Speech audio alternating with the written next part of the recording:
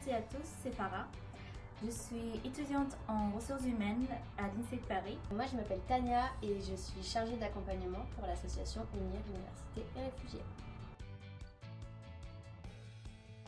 Notre première rencontre, c'était dans le cadre de faire une inscription pour le PE Passerelle au sein de l'université française. Ah non, je sais bien. Juillet 2022, c'est le maximum que j'ai.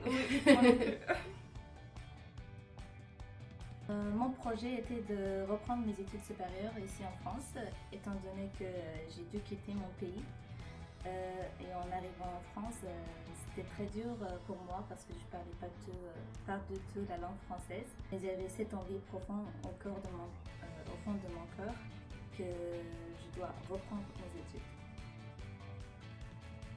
Quand Farah m'a expliqué son projet, elle m'a expliqué qu'elle avait fait une licence d'histoire.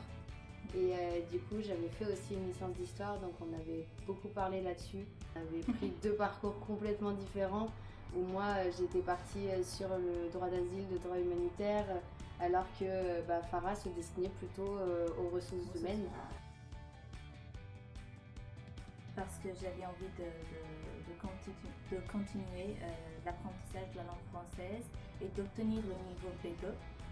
Ce qui était très important pour pouvoir intégrer dans une formation supérieure. Du coup, on a commencé d'abord par l'inscription administrative, puisque quand on est pris dans une formation à l'université, il y a beaucoup d'administratifs à faire. Ensuite, il y a eu la demande de bourse. Et ensuite, pour le master aussi. Exactement. Finalement, vers la fin de l'année, j'ai passé DELF B2. Il y avait deux choix, TCF et DELF. Mais moi, j'ai pris DELF parce que c'était le plus dur. Mais j'avais confiance en moi. Donc, j'ai réussi cet examen. Et je me souviens encore, pour faire l'inscription, je n'avais pas encore les résultats. C'était un peu notre pari sur l'avenir. Oui. On s'était dit, mais si, ça va passer. Allez, on se lance dans les candidatures. Oui. Je me souviens encore quand tu m'as annoncé que tu avais été sélectionnée. C'était le seul choix.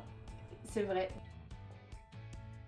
Et en stratégie de management international à l'université Paris Nanterre. On est sur 2 ans d'accompagnement. Ça fait un peu plus de 2 ans qu'on se connaît maintenant. 2 ans et demi, oui. Au début, j'étais un peu stressée et j'avais du mal à faire un choix final. Et Tania qui m'a vraiment aidée pour étape par étape de passer ce parcours difficile. Et oui, c'était ça mon rôle, de donner un peu toutes les explications du système et de donner un peu toutes les options possibles pour que toi ensuite tu puisses faire un choix éclairé sur tout à fait. Oui, j'ai un souvenir que la bourse, ça avait été un défi vraiment important. Ça nous a nécessité d'avoir le plus de rendez-vous au final, alors que l'orientation et tout ce qui était insertion académique, c'était assez simple. Oui, bon, finalement. Il y en a plein.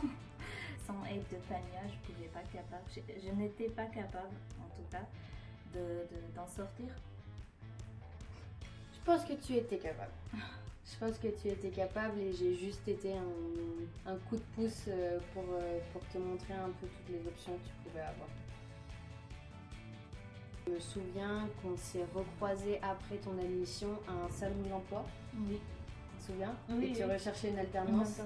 Et je fait. t'avais dit, il faut s'accrocher, le master c'est compliqué, mais que tu en étais complètement capable. Et du coup, tu nous l'as prouvé puisque tu as été prise aussi en alternance. Oui. Donc ça, c'était très très chouette de pouvoir aussi te voir évoluer un peu sur tout ton parcours. Merci. Je me sentais tellement accompagnée et j'étais tellement heureuse et avoir de la chance finalement parce que je pense que les gens qui souhaitent reprendre les études et qui ne connaissent pas ou qui n'ont pas un réseau, finalement ils abandonnent ou voilà, c'est ça qui m'a motivée et m'a plutôt, je peux dire, pour m'aider. Qu'est-ce qui te manque? Ça t'a encouragé? Oui, ça t'a encouragé à continuer dans ton chemin. Tout à fait. Ça m'a encouragé de continuer ce parcours difficile.